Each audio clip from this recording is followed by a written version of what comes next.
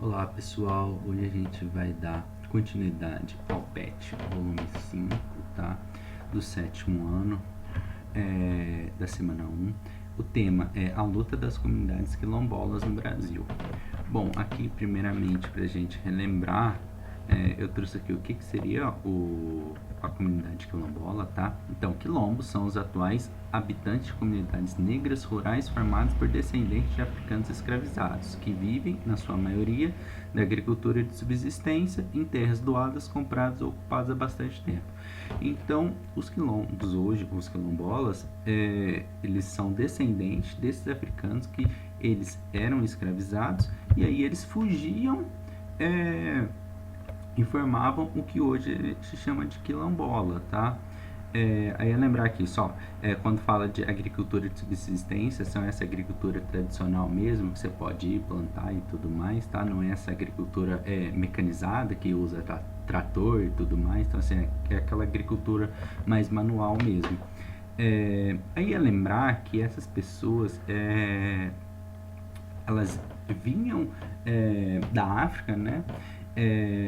Sem rumo, né? Então, assim, elas eram forçadas a vir, elas eram forçadas a ir para lugares que elas não queriam, e aí elas tentavam ao máximo fugir daquele ambiente que elas estavam. E aí eles fugiam, formavam esses quilombos, tá? Tem até aqui uma matéria que eu trouxe de como isso acontecia e como as pessoas elas noticiavam essas fugas, ó.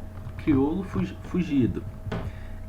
Anda fugido desde o dia 18 de outubro de 1854, o escravo crioulo de nome Fortunato, de 20 e tantos anos de idade, com falta de dentes na frente, com pouco ou nenhuma barba, baixo, reforçado e picado de bexigas, que teve há poucos anos, dizendo chamar-se Fortunato Lopes da Silva.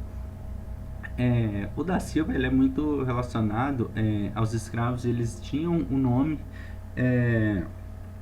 do fazendeiro-chefe, né, do caso. Então, assim, muitas vezes eles tinham um nome, tudo mais, colocavam da Silva. Só que esses nomes que nem está aqui, Fortunato Lopes da Silva, já era um nome que provavelmente era aportuguesado, né? Se ele veio da África, ele tinha outro nome, no caso.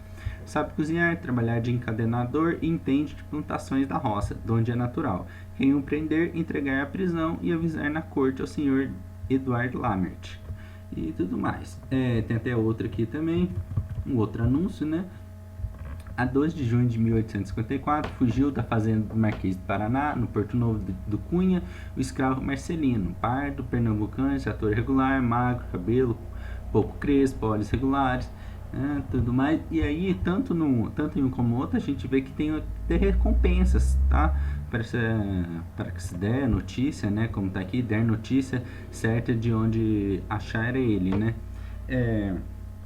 Então, assim, não era algo bom que eles passavam. Então, assim, eles tinham que tentar sair daquele ambiente que eles estavam. E aí eles procuravam um outro lugar para se ocupar, tá? E aí o porquê que hoje ainda traz esse problema, que nem traz aqui a luta das comunidades quilombolas? Muito por causa disso. Como eles ocupavam algumas terras distantes, naquele momento, aquela terra ela não tinha nada. Mas, adiante, como eu até trouxe aqui, ó, por exemplo, essa aqui que é lá no Pará, mineração ameaça territórios quilombolas e Oriximiná, Pará. Ou seja, como eles ocupavam os territórios bem distantes, onde não era ocupado, na época esse território ainda não era fruto de mineração, tá? Então, assim, nessa época, como a maior parte era só por causa do ouro e tudo mais, ficava bem concentrado naquela região. Então, assim, hoje, como eles já vão para a indústria de ferro, procurar outros minérios também, acaba se deparando com alguns grupos quilombolas, tá? Aqui também tem outro quilombo que também sofre ameaça, e aqui no texto também ele trouxe até um quilombo que sofre ameaça por causa da questão imobiliária, porque eles se localizaram num lugar que acabou se valorizando com outras casas ao redor. Então algumas outras pessoas querem vender aqueles territórios para ganhar mais dinheiro. Então, assim, eles acabaram tendo que tentar retirar esses direitos que foram dados a eles, como diz aqui no texto, em 1988. Então, a maior parte desses quilombos brasileiros ainda eles não são reconhecidos, tá? Então, assim, eles ainda têm que ficar lutando com essa questão de regularizar, né? Regularizar seu território. É cerca mais ou menos ali, pelo que eu vi, de 200 quilombos e ainda tem mais de 2.000, 3.000 quilombos. Então, assim, é muito baixo, né, para a quantidade de quilombos que existem. Então, é uma questão que ainda precisa ser mais debatida e ver que ainda há muita ameaça neles mesmo, tá? Então, assim, até vou deixar esse link aqui, que é eles mesmo, né? É uma comunidade quilombola retratando como é a vida deles. Então, aqui é interessante notar que muitas vezes é fácil falar, mas vende então o território, pega o dinheiro e vai fazer outras coisas, mas muitas vezes o dinheiro é tão baixo para aquela família que não adianta ela ir para uma cidade grande e ter que morar numa favela. Então, assim, a mulher aqui até desse vídeo, ela trata como, o que adianta os filhos dela ir viver em favela e viver precarizado numa cidade grande e ter que passar pelas dificuldades que os negros passam nessas cidades grandes, tá? Então, assim, é muito importante saber que para eles ali é bem melhor ter aquele território que foi dado como direito deles em 1988 ser reconhecido do que eles irem para outros territórios, tá? Isso também acontece com os indígenas. Muitas vezes eles querem tomar aquele território porque tem certo valor, tem algo de valor ali, considerando que aquilo é muito fácil. Você sai daqui, vai viver em outro lugar e você se dá bem. E assim, não é bem isso. Saber que quando você é pobre, no caso, viver numa cidade grande, deixar de lado, você vai enfrentar muitas dificuldades. E aí lembrar que, principalmente, essa questão do racismo que tem, os negros são as principais vítimas, tá? Continuando aqui ao PET, ele vai falar sobre a educação dos quilombos. Então aqui, até o governo mesmo, ele trata como que ainda não é suficiente. A maioria dos professores não é capacitada adequadamente, o número é insuficiente para atender a demanda. Em muitos casos, uma professora ministra aulas para turmas muito seriadas. Poucas comunidades têm unidades educacionais com sistema fundamental completo. Então, assim, a maior parte dessas comunidades quilombolas, elas nem têm escola mesmo. E a gente aqui até pode ver que os que possuem maior número de comunidades remanescentes de quilombolas são a Bahia, Maranhão e a Minas Gerais em terceiro, tá? Então aqui em Minas Gerais, como teve essa corrida pro ouro, teve muitas fazendas com escravos, e aí consequentemente isso vai gerar também um maior número de quilombos. Continuando agora para os exercícios, atividade 1 e 2, para ler o texto, tá? Quilombo Sacomã resiste há 105 anos e meia prédios e mansões na Lagoa. Então esse aqui é o caso de um quilombo lá no Rio de Janeiro, que ele até fala aqui. Lá, eles chegam com dinheiro, com oferta imoral e não querem saber da sua situação judicial. Dizem, eu dou 2 milhões e em 90 dias você sai. O metro quadrado está 16 mil. Um metro, faz as contas de quanto isso vai. Então, assim, lembrar como eles vivem de subsistência. Então, eles vivem naquela questão de plantar, comer, vender o que resta. Então, assim, é uma questão já cotidiana para eles, tá? Então, assim, você tentar adaptar essas pessoas a outro tipo de vida, muitas vezes, como a gente vê ali, que não tem educação. Então, assim, como você sem educação, sem estudo, com 30, 40 anos, vai morar numa cidade grande, você vai fazer o quê? De quais oportunidades você vai ter?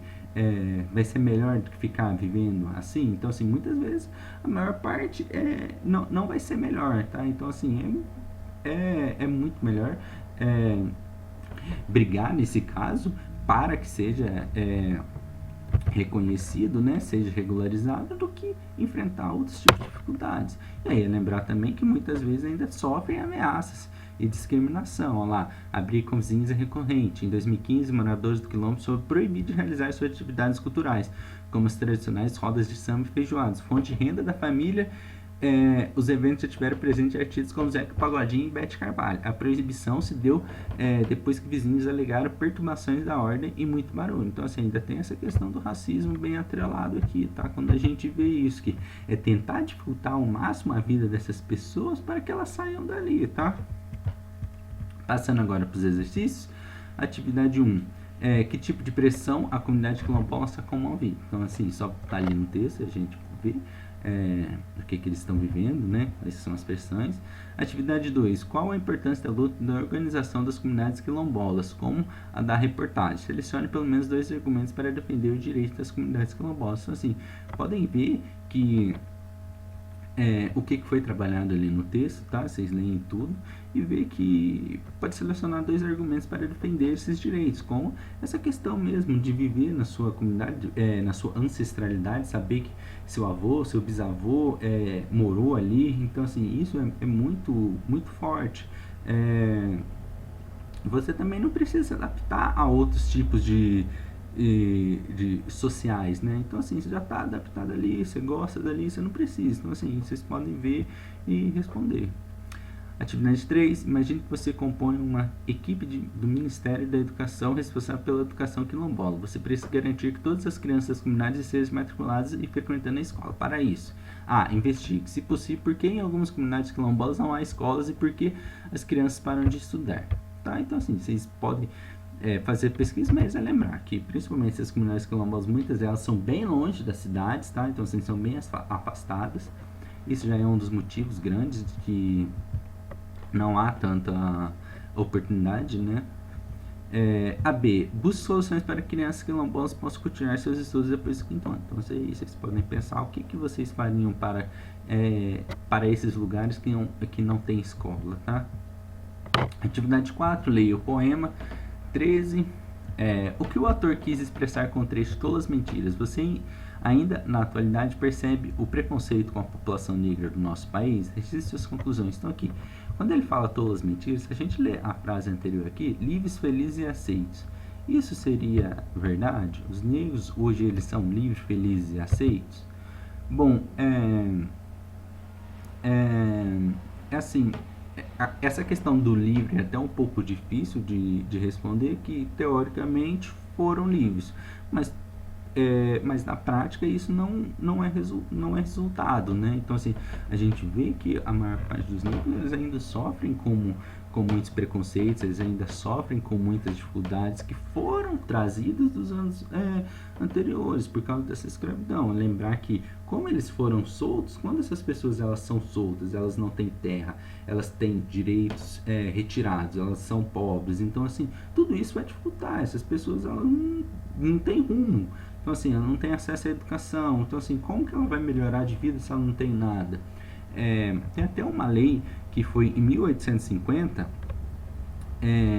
que somente poderia ter terras do governo quem comprasse.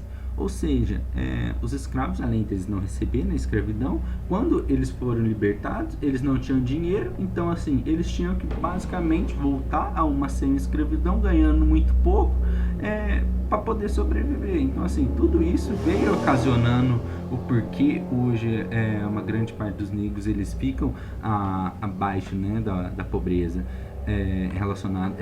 relacionado principalmente aos brancos. É saber que muitos brancos eles tiveram essa benefício